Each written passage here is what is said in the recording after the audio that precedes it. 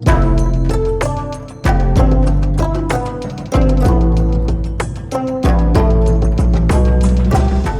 to Embody Your Brilliance, a podcast for visionary daughters of immigrants and creative entrepreneurs. I'm your host, Eunice Kimian, somatic life and business coach, mom, and Korean American eldest daughter of immigrants. Each week, you'll hear stories, insights, and conversations to help you embody your unique brilliance beyond survival mode so that you can design a life you actually want and grow a peaceful, profitable business you're proud of that supports you. Hi, everyone. Welcome back to Embody Your Brilliance. I'm your host, Eunice Kimian, and today I want to talk to you about leveraging your unfair advantage. Everyone has their own version of their unfair advantage.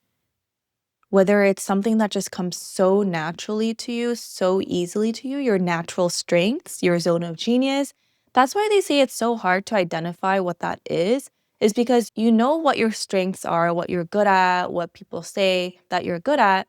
But truly, truly, truly, zone of genius, your biggest natural strengths, your unfair advantage is the thing that might be invisible to you because it literally requires no effort from you, or you were just born with it, or because of the life that you've lived, you just have it, you just live and breathe it. And it's something that might be more difficult to others. And I almost feel like from an eldest daughter of immigrants perspective, we were so ingrained to look at like hard work and effort as the thing that is valued. So it's like if it comes so easily to you or it's just you were born with it, it's almost like, does that even count? Or is that even a thing that we can leverage? Or am I even doing anything? And that's what I want to debunk. What if it were that easy, your zone of genius, your unfair advantage? And where are you not leveraging this? Where are you not embracing the thing that you were just born with, or you just have the gifts?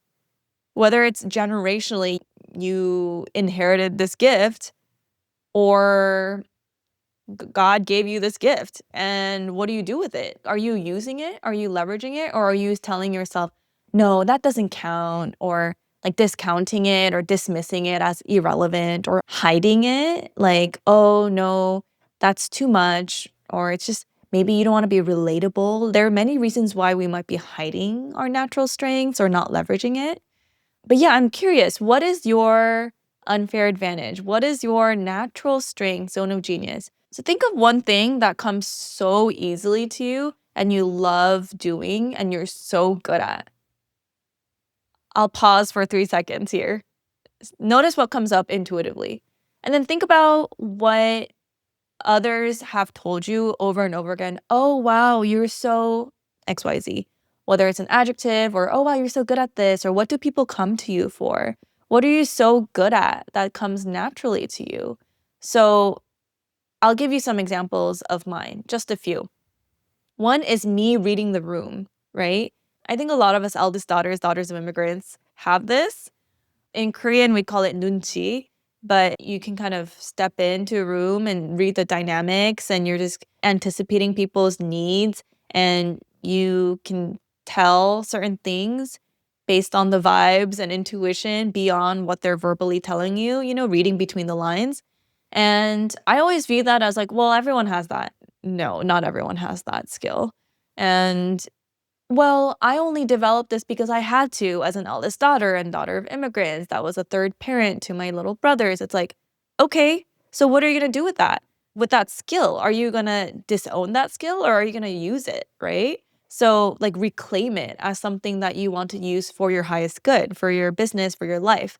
And so that's one example. Another example for me is that when I started doing somatic healing, somatic coaching a decade ago, the whole time I was living my life as if my corporate experience and my business experience did not count in this world of somatic coaching and somatic healing. So I just completely separated the healing space with business. And you see where I'm going with this? Now I'm a somatic business coach for daughters of immigrants. I stopped ignoring and discounting and dismissing and hiding my business experience, my business brain, my strategic brain, my intense brain that spots patterns. I spot things before things happen, like trends, patterns. I see strategy everywhere, and I'm thinking a few steps ahead everywhere. I used to think that's so annoying and so extra. Like, okay, what do you do with the skill? It doesn't matter. And that's why, I worked in startups too, is because I am betting on startups that are going to grow bigger.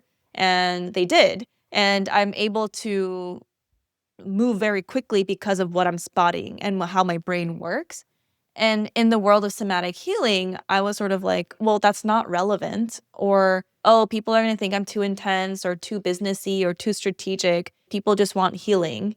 And so when I allowed my intensity, my business brain, my intellect, my corporate experience, my ability to spot things, my ability to look at patterns and come up with creative strategy, like once I embraced that as my unfair advantage, that I have all of this skill and experience, things that come so naturally to me, like with this whole business brain, I'm sure it also had to do with the fact that I've been in this space for a very long time, but it really requires no energy. I can think about business all the time and it's fun to me. That is an unfair advantage, that I enjoy it so much that I can go for very long periods of time thinking about this. That's an unfair advantage. And it's almost like the thing that you think everyone is thinking that way or everyone's good at it. That's probably the thing, because not everyone is. And it's same thing with if you're really into something, like you're passionate about something, that's an unfair advantage because not everyone is passionate about it. And therefore, you will outlive them when it comes to working on this because you just genuinely care about this and it gives you life. That's with me in business and entrepreneurship. I just live and breathe it and it requires no energy. It's just very interesting to me.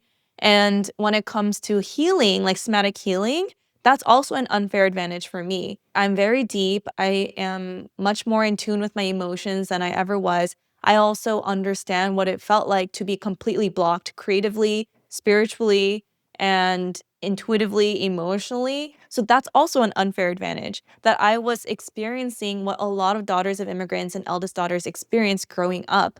So what my clients are experiencing right now, I most likely experienced that version of feeling blocked before. And I also went through the process of unblocking.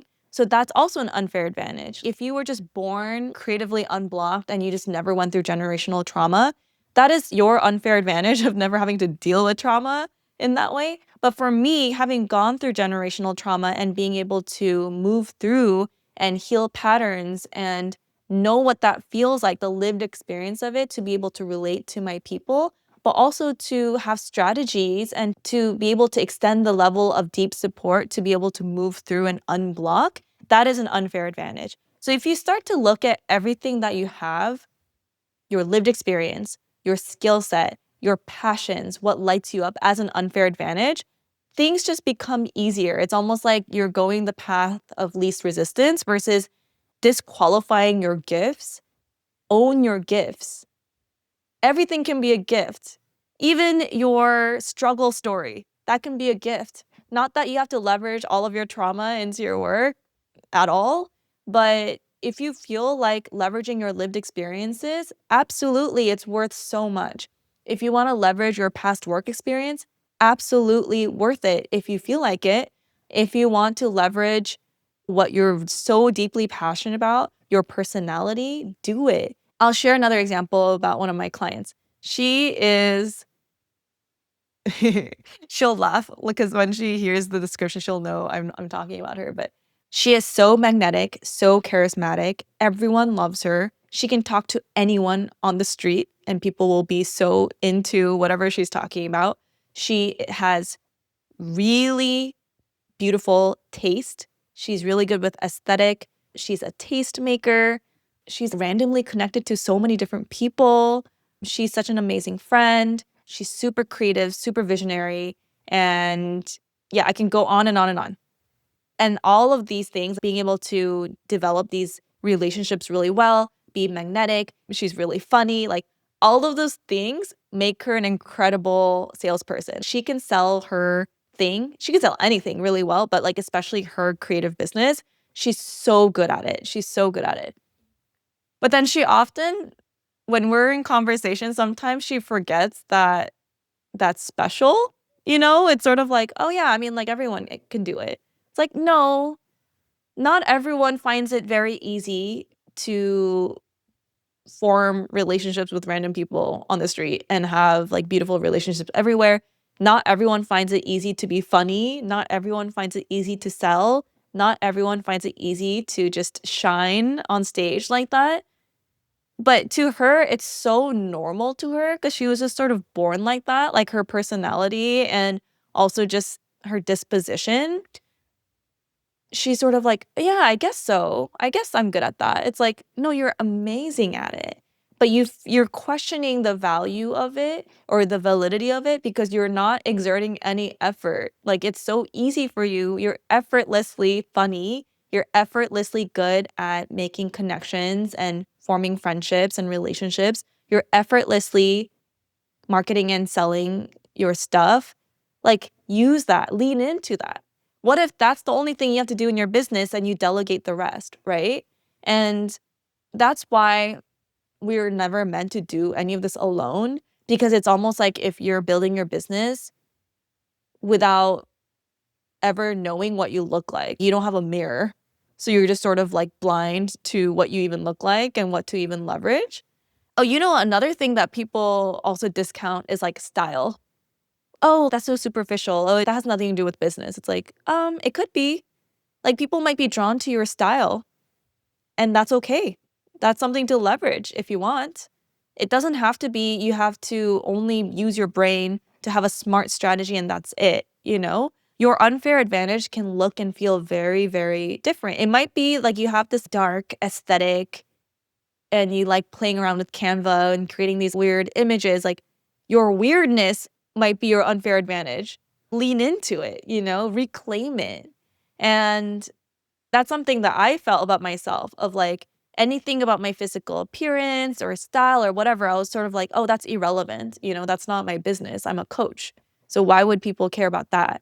But then it's like, no, how can I just be unapologetically myself and stop trying to curate my gifts as if only certain gifts count. Like all my gifts count, you know? And how can you just not only be okay with it, but embrace it? Stop fighting your gifts. Stop fighting your natural strengths. Stop fighting your zone of genius. Stop fighting your unfair advantage. How can we reclaim it, right? It's okay for this to come easily to you. You don't have to work for it. You don't have to earn it. You, as a birthright, deserve it. And you don't have to fight to keep your natural strengths and what gives you life. Just allow it to flow through you and allow it to be easy. So, my question to you is what is something you dismiss as too easy, but it gives you life and you're so good at it and it's so fun for you? And what feels so natural that you've been forcing yourself to hide or minimize and not count in your business? So let me know what came up for you as you answered these questions. And if you're ready to stop fighting your natural gifts and build from your natural zone of genius and your unfair advantage, or maybe you're like, what is my unfair advantage and how do I leverage this in my business? Let's connect. Book a call with me. In the show notes, there's a link to book a one-on-one clarity call. And I would love to uncover that with you. What does that look like? And how can you leverage that in your business so that you can expand in your next evolution from a place of flow and creative flow, from alignment with your zone of genius versus, schlepping along and pushing through resistance and making it harder than it needs to be. So book a call with me. There's also the link to check out my one-on-one somatic business coaching, and share this episode with a friend if it resonated with you. Share it on social media and tag me or DM me. You can follow me on Instagram for behind the scenes. Join my email newsletter to get a little deep and intimate, and leave a review in Spotify or Apple or wherever you listen to your podcast if it resonated with you. I appreciate you, and I'll see you next week.